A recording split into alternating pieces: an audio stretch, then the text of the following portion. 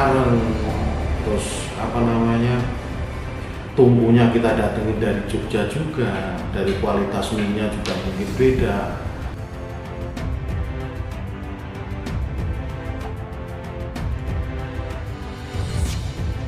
Kalau saya dulu paling tinggi, alhamdulillah sampai 14,5 untuk per hari. 14,5. Maksudnya 14 juta terus Satu outlet. Satu outlet. Iya. Iya.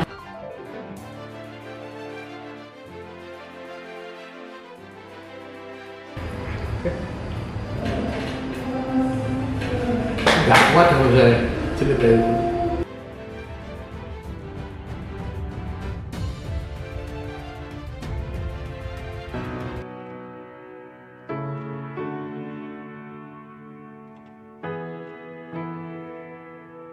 Oh ya, nama saya Pak Toro.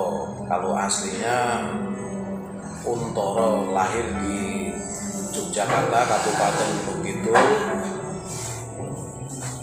Kecamatan Wonosari, Desa Piaman, yang pencetus kami Jogja seluruh Indonesia. Memang dari situ. Pertama, yang kedua juga saya ingin pemilik bakmi Jogja Japmebo Jabodetabek, termasuk di Jakarta Selatan, Timur, dan Bekasi. Cabangnya di mana? Kalau untuk cabang yang di Bekasi, daerah Bintara, dekat Ulan Bakery, perumahan Mas Naga. Kalau yang di Jakarta Selatan, di sini Jagakarsa sama Mampang. Di sini itu alamatnya persisnya? Di sini di Jalan Tebet Barat Dalam 2, nomor 52, Kecamatan Tebet, Jakarta Selatan.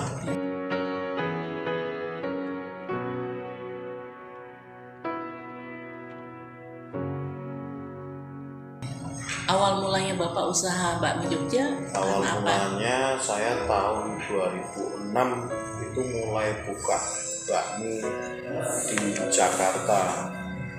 Itu 2006. Itu harga juga masih 7.000.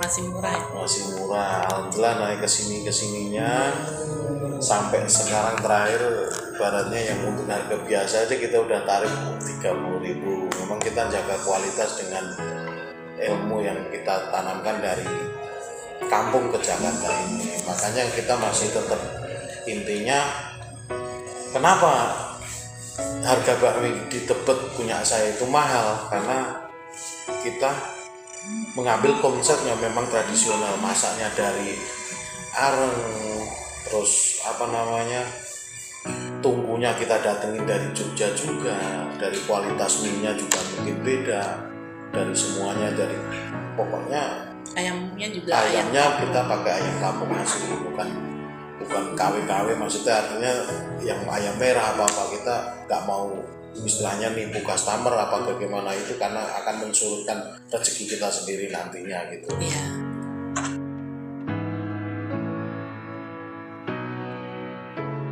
Dulu saya cita-citanya pertama itu jadi TNI waktu itu. Iya. Sempet udah masuk, udah ini, ternyata kebentur biaya orang tua, makanya sempet waktu itu sampai saya lari ke Jakarta. Padahal orang tua juga yang perempuan tani, yang laki jualan mie di daerah Terban Tungkak sana, daerah Jogja, dengan Jogja.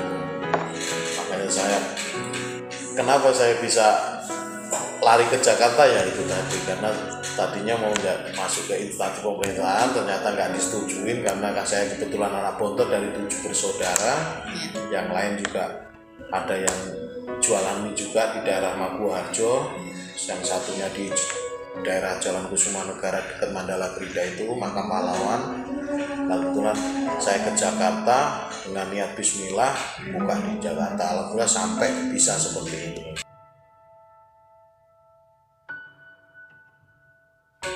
Waktu awalnya buka nggak langsung seperti ini kan Pak? Awalnya buka ada suka dukanya. Suka dukanya pertama itu saya jualin nggak langsung segini Pak, nggak langsung ratusan porsi. Iya.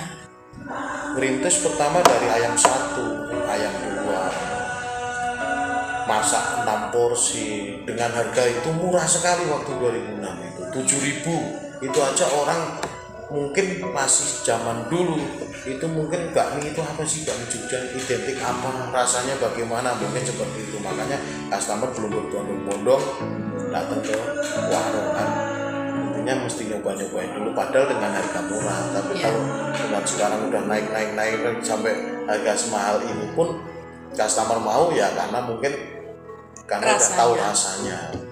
Dulu pakai gerobak, Dulu gerobak. nyewa. Dulu kita masih gerobak aja, kita masih dorong. Artinya belum kios kayak begini karena masih di emperan gitu. Dengan proses berjalannya waktu, dengan kita udah rame ini ya alhamdulillah. Kita udah bisa masuk ruko yang seperti ini, udah tutak-tutik kan gitu. Berapa lama Bapak merasa ini? Saya nyaman untuk usaha yang udah kelihatan itu di tahun 2011, 2014 itu saya pas lagi tinggi-tingginya ini. Saya di outlet di Jakarta itu udah hampir tembus di angka 13 waktu itu.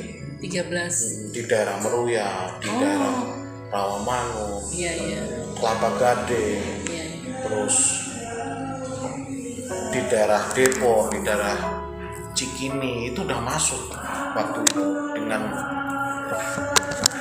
anak-anak saya, maksudnya artinya orang saya gitu ya. Udah sempat banyak ya Pak? Banyak waktu itu. Lah turunnya 2018 itu udah mulai satu persatu cabut karena sumber dayanya. Memang orang zaman sekarang kan beda ya. Kalau dipercaya kayak begitu, percaya gitu ya. Makanya ya udah sekarang tinggal ini terus kena cobaan lagi di tahun 2020 kalau nggak salah itu. Pandemi masuk, tambah lagi tutup beberapa ini, tinggal yang berdiri 3 yang masih istilahnya hidup sampai sekarang, alhamdulillah juga jalan. Nah itu nantinya pasti di kemudian hari juga pasti kita akan ngembangin lagi. Ya setelah COVID ini memang istilahnya udah nggak ada, udah lepas, pasti kita berdiri lagi. Kalau untuk tempat dan yang lain kita incar itu udah ada maksudnya, tinggal nanti kita ngembangin lagi. Anak-anak juga udah pada kita ngerekrutnya udah pada pinter-pinter semua kan. Supaya tetap semangat gimana caranya Pak? Kalau untuk semangat, motivasi untuk semangat itu ya kita yang penting orang tuh pertama disiplin dulu, disiplin dalam arti waktu itu disiplin. Kalau untuk bakmi ya.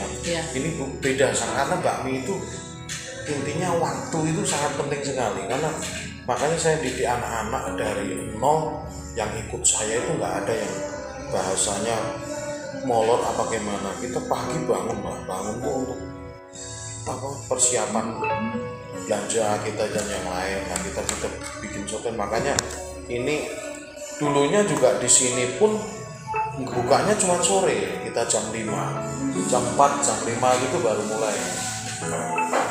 Kenapa ini bisa dari siang itu karena kemarin waktu pandemi kita dilarang cuma sampai jam 7, kita jam 5 sampai jam 7 mana ada pemasukan masuk gitu loh. Kita akalin dengan siang. Nah, makanya siang juga alhamdulillah bisa orang nyaman juga karena siang banyak yang datang, ya udah kita lanjut sampai hari ini kita siang malam dari jam 10 sampai jam 10 malam. Alhamdulillah, jadi mudah-mudahan lepas dari COVID, ada bangkit lagi ya. Insya Allah kita pasti bangkit lagi. Dengan ikhtiar. Yang penting kita mau bisa ini aja. Artinya kalau pesan orang tua dulu, intinya kita pandai-pandai bisa bersyukur. Pertama, yang kedua juga istilahnya bisa menikmati semua, yang intinya bersyukur aja Pak. Masih bisa berdiri kan banyak juga yang udah tutup Pak. Iya, makanya itu masih alhamdulillah banget, dinikmati, dijalani, disyukuri. Udah 3 itu faktor utama kunci kesuksesan itu, dinikmati, dijalani, disyukuri.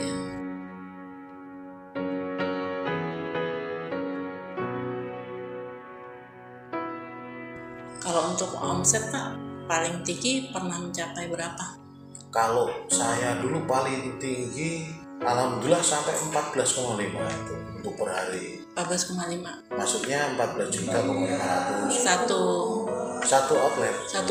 Iya. Iya. Itu nggak nambah-nambahin, nggak ngurangin. Yang di sini. Yang di Tebet. Oh. Alhamdulillah. 14,5 ya. Iya. Mudah-mudahan COVID segera habis. Tuntas, mudah-mudahan normal lagi. Iya.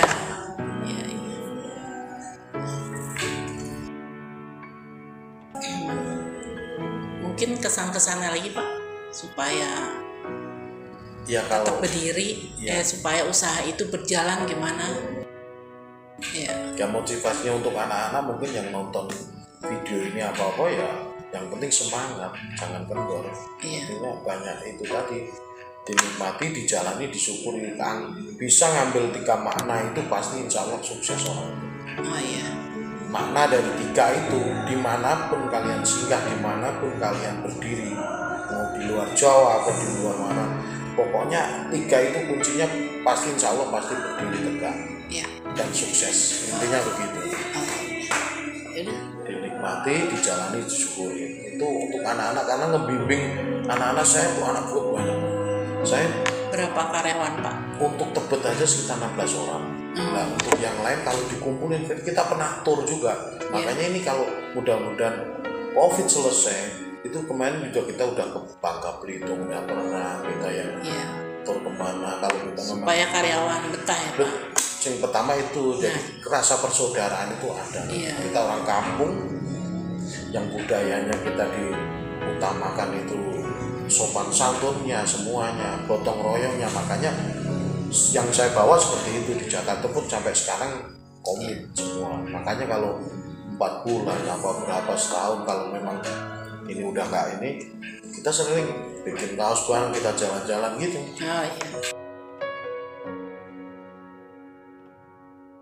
Ini untuk pengembangan nanti selanjutnya untuk buka cabang lagi, kemungkinan saya baru kepikiran di daerah Galaksi, yang kedua di daerah Rawamangun, itu mudah-mudahan tempat bagus. Dan untuk Jakarta Selatan ini rencana juga nggak akan lama lagi kayaknya di daerah Kemayoran.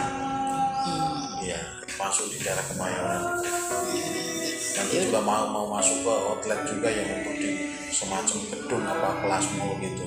Dengan nama bisa inilah nanti ada jalan, yang penting ya itu tadi 3 itu kalau kita bisa menikmati semuanya dengan arti 3 itu udah. Ini jam bukanya jam berapa Pak? Jam buka untuk Tebet sendiri jam 10 sampai jam 10 malam. Malam itu 2 shift apa? 2 shift. 2 shift ya. Siang sendiri, malam sendiri gitu. Total yang di sini karyawannya? Karyawan 10 termasuk saya. Iya. Jadi jam 10 siang nanti sampai sore jam habis asar itu udah sendiri, kita lanjut malamnya ada sendiri, kita yang untuk yang istirahat gitu.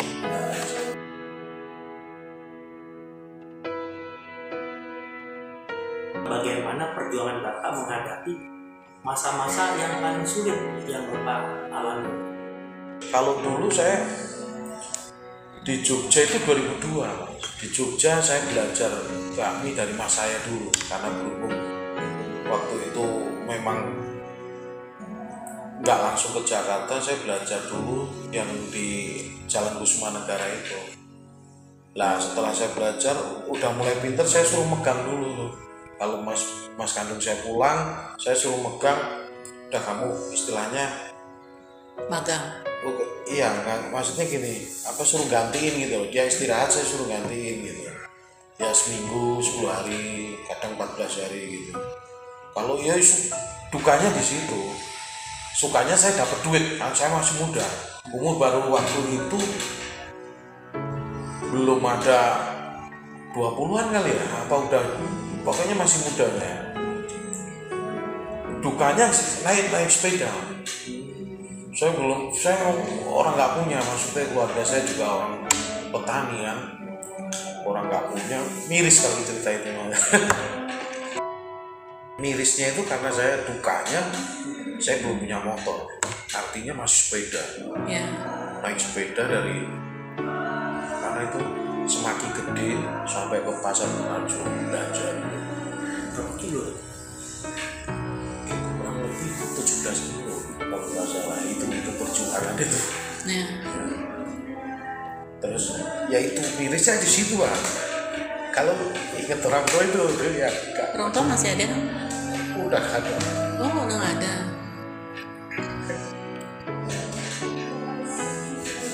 Nggak kuat kalau saya cerita itu.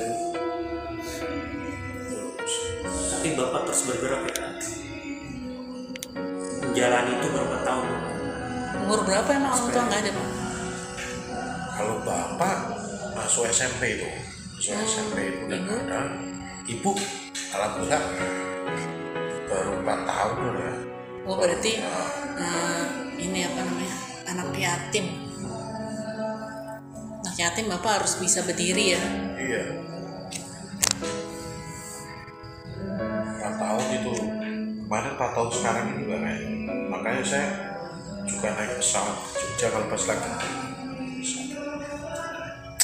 Bersaudara Bapak? Bersaudara berapa, Pak? Saya ada 7 Bapak anak tuh? anak terakhir. Oh, anak bontot. Iya, makanya. Tapi mungkin yang berhasil ya, Pak? Kenapa? Yang berhasil Bapak? Ya alhamdulillah. Maksudnya di ya Pak kaki kalau dibilang untuk keberhasilan itu kan tergantung kita lihatnya. Iya. Makanya kan dari 7 ya alhamdulillah kalau dibilang ada yang susah nggak ada kan gitu.